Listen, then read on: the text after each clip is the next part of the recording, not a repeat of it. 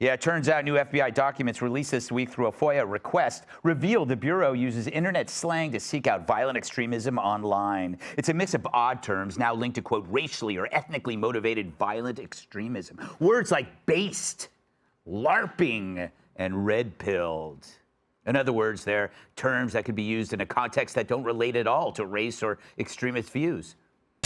Earlier this year, the Heritage Foundation used a FOIA request to expose internal documents which show the FBI has been flagging key words used online to target individuals they believe may be planning a violent attack or may be motivated to do so in the future. The document is titled FBI Domestic Terrorism Reference Guide, subtitled Involuntary Celibate Violent Extremism. The feds also flag a word called looksmaxing, which is defined as the process of self-improvement with the intent to become more attractive. Well, the cast of The View is safe. For example, they define based as someone who's converted to racist ideology. So I guess they must be keeping a close eye on Joy Reid, right?